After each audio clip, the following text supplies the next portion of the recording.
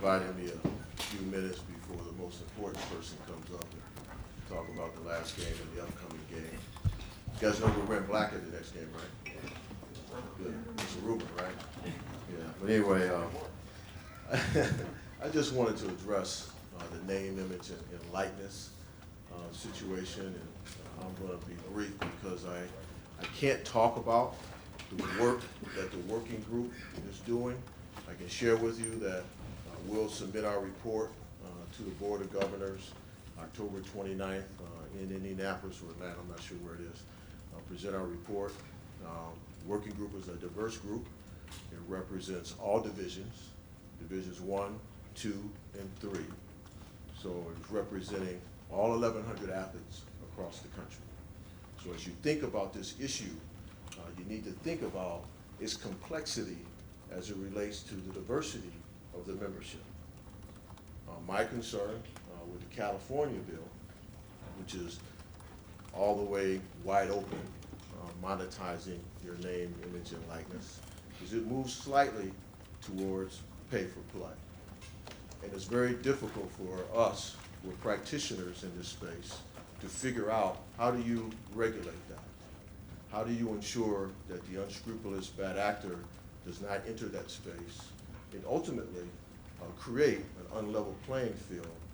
And we know that there's not a level playing field in a lot of different ways, but one of our principles is to try and create rules and regulations to try and achieve fair play. So how do you do that and ensure that the third party bad actor doesn't enter that space and ultimately drive some environments to a point where recruiting becomes an even bigger advantage than it is for some other schools. It's a complex issue, and I would ask that we all consider that we have, and some of you are in this room, baby boomers are no longer the largest workforce in our country. At the end of the day, millennials are at this point in time, and we have Gen Z coming at us. That's your 7 to 22 years old. That's your most wired people in our society. They have an average of 4 devices attached to them on a consistent basis, and that's how they communicate. So many of us, and maybe you and others, think about name, image, and likeness as it relates to the old school model. And that's not it. That's not it. It's the technology space, it's the digital space. How do we ensure that whatever we create is something that can be regulated? And that is one of the biggest challenges that we have. I also want to make sure everyone keeps in mind, I think all of you know me and know my position, and many of my colleagues across the country share the position. We've made tremendous strides relative to care for our student athletes. The last piece that we fought for hard, and I've fought for years, was full cost of attendance, health care, postgraduate services, making sure all schools across the country, when a student athlete leaves, they provide an opportunity for that student athlete to come back and finish her or his degree. Being able to provide stipends to parents for postseason play. So our association has moved, although slowly, it's moved. And the reality is, it's complex, it's diverse, and we need to be sensitive to all those schools across the country that are different than Ohio State or Alabama or Texas or Oklahoma. And so I wanted to just share those comments with you. I'm sorry I can't talk about the work of the working group. I can say that I believe that there's things that can be done in this space that can be regulated, but I can't obviously share with you what those things are. So we'll continue to work hard, have a report in October, and then the membership will have an opportunity to develop whatever model that exists. The NCAA is an organization that has taken a long time to try and modernize itself. I think over the last 5 to 8 years, improvements have been made in that space to become more modern. Creating this group is an example of that. But we can't have a situation where we have schools and or states with different rules for an organization that's gonna compete together. It can't happen. It's not reality. And so if that happens, then what we need is federal help to try and make sure that we create rules and regulations for all of our membership that are consistent. And if that doesn't happen, then we're looking at a whole new model, and that is reality. If there's no federal engagement in this process, as Anthony Gonzalez has talked about, at the end of the day, there's a whole new model, and your jobs will change. There's a whole new model.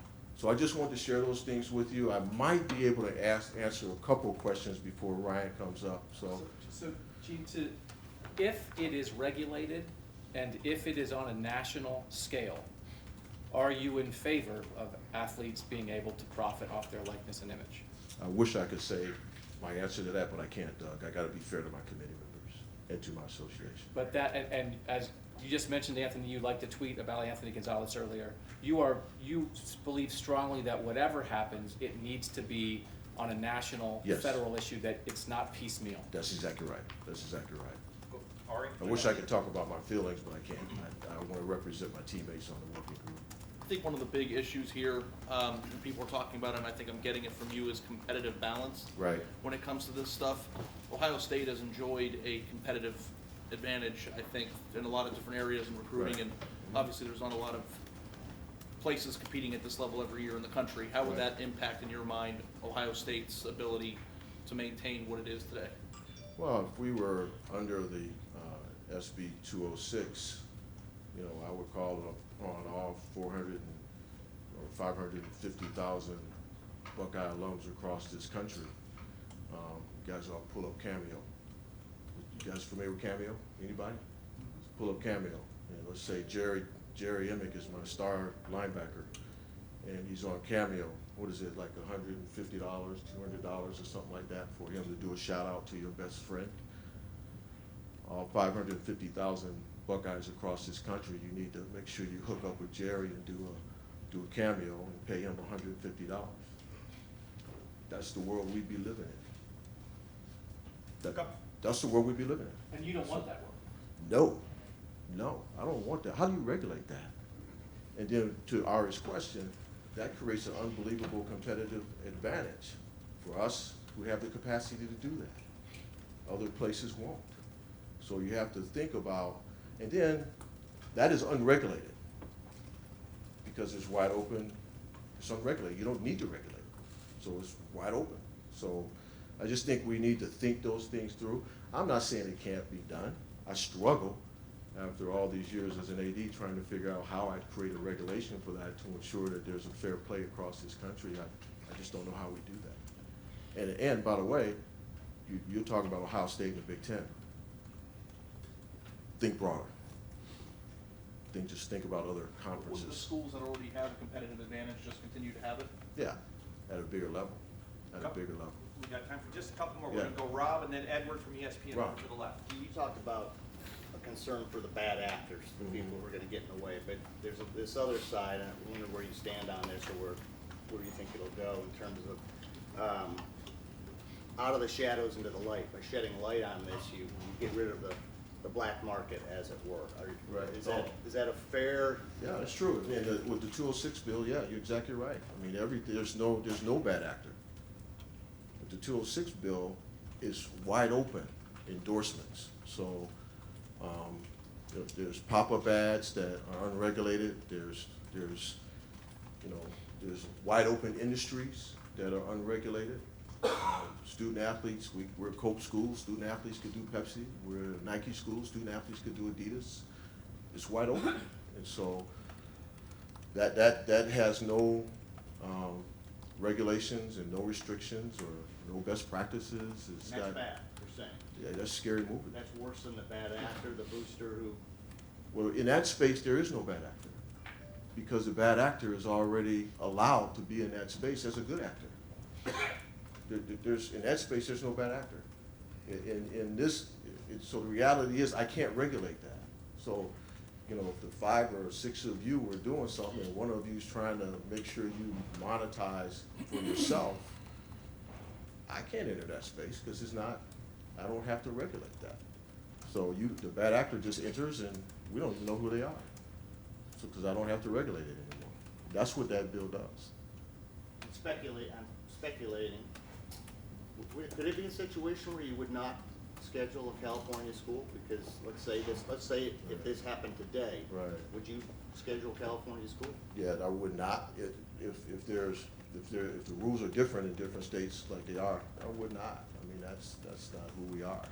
I'd stay with those states and those schools that are like we are in the NCAA.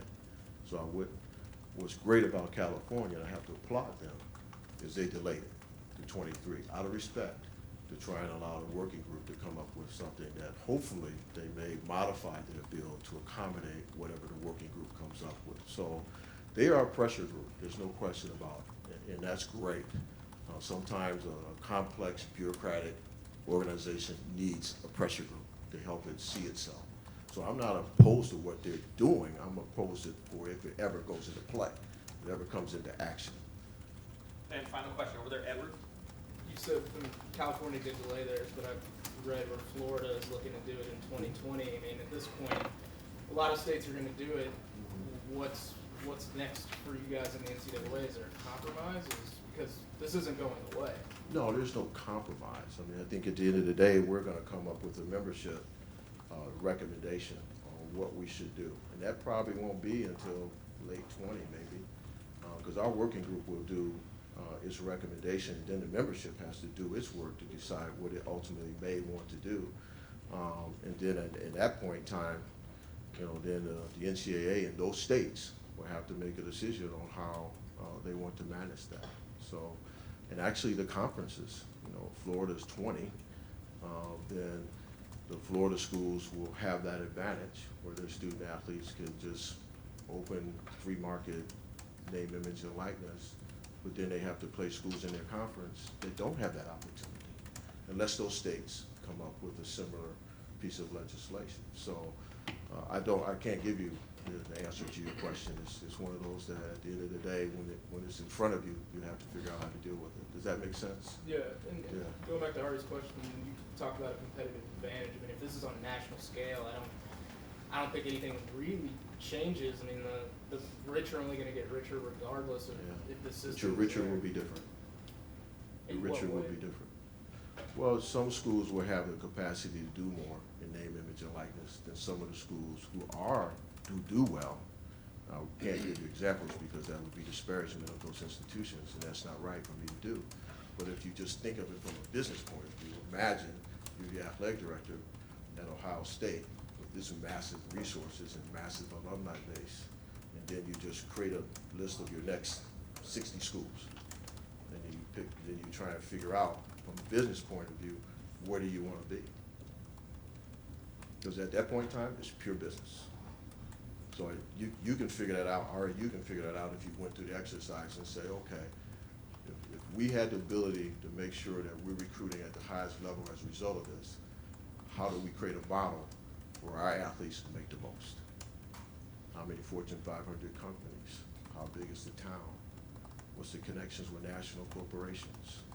Just think of it from a business point of view. You'll get there. Gene, real quick. Hey, wait a minute, what are you doing? Do you work? Yeah.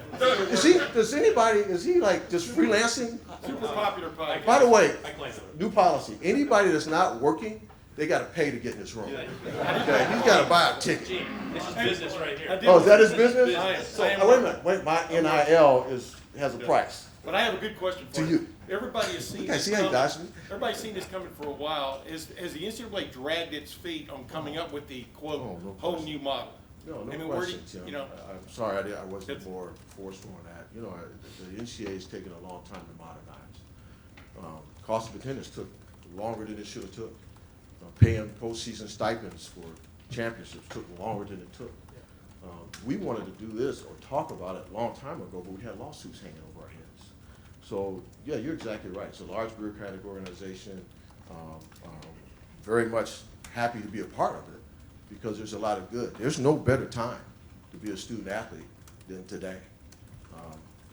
All you guys do is do the math. If you're a full ride scholarship, cost of attendance, and you happen to be on Pell, do the math on a monthly basis what you're netting. This is, and I had $10 of laundry money. So at the end of the day, this is the best time to be a student athlete, even though there's more things we could do as we move forward. So I gotta go. Thank you very much. Thank you, Chief.